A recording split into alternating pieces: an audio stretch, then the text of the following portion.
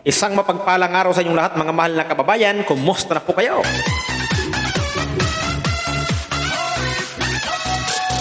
Panibagong taon, panibagong buhay, panibagong pag-asa, panibagong vlog. Pasensya na kayo mga mahal na kababayan dahil nakapagpahinga tayo ng medyo mahaba-habang panahon. Hindi na tayo nakapag-vlog, naging busy tayo at higit sa lahat, dumaan tayo sa matinding, alam mo na, pagsubok na akala natin na hindi malalampasan, subalit dumampas tayo, lampas hanggang langit. Kumusta na kayo? Happy New Year po sa lahat ng kapatid natin dyan sa Luzon, Visayas at Mindanao, maging sa iba't ibang panig ng daigdig. Shout out sa inyong lahat!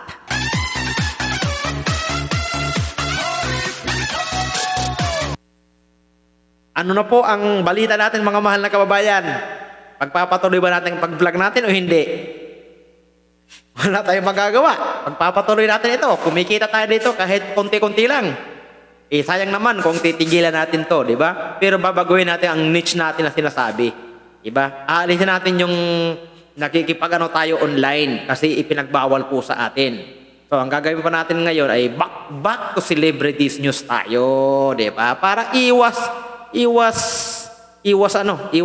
alam na. Okay? Hayaan na lang natin sila at mag-iba tayo ng landas. Bahala sila sa buhay nila. Bahala rin ako sa buhay ko.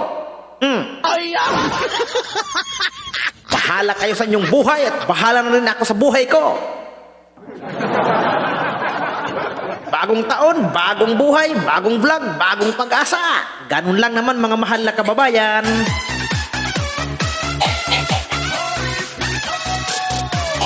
O ano na? Ano nang balita natin sa nangyayari sa gobyerno natin? May nakulong na ba? May naparusahan na ba sa mga magnanakaw? Parang hanggang ngayon wala pa rin mga mahal na kababayan. Wala pa rin nakukulong. Yung naisip makulong ng taong bayan hanggang ngayon, wala pa rin nangyayari. Mga mahal na kababayan, wala pa rin. Yung mga nagnakaw ng bilyon-bilyong salapi sa gobyerno, ano na? Ano ang balita natin, di ba? Wala pa rin. Oh. Kumusta na ang pondo ng Pilipinas? Di pa rin ba nauubos o uubos na? Wala na, ubos na. O, di ba?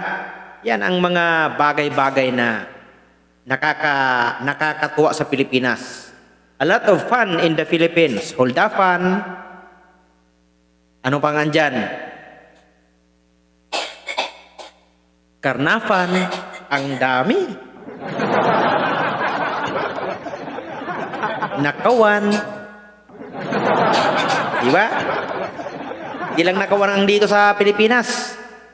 Pinamumugaran tayo ng lahat ng mga alligator, mga buaya. Kaya ang Pilipinas ay lunod na lunod sa kahirapan. Diba? Mantalang ang iba, kumakain gamit ang puno ng Pilipinas ng gobyerno. Isang kainan lang, sarap na sarap. Ngayon nakakulong na. Kawawa naman, nakulong. Sayang.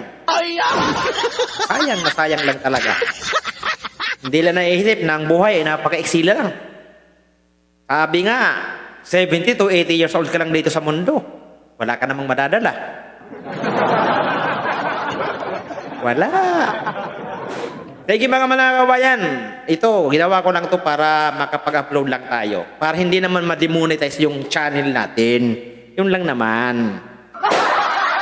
Kasi pangit na kung mag-demonetize. Sayang naman eh. Kung tumigil tayo, sayang na sayang.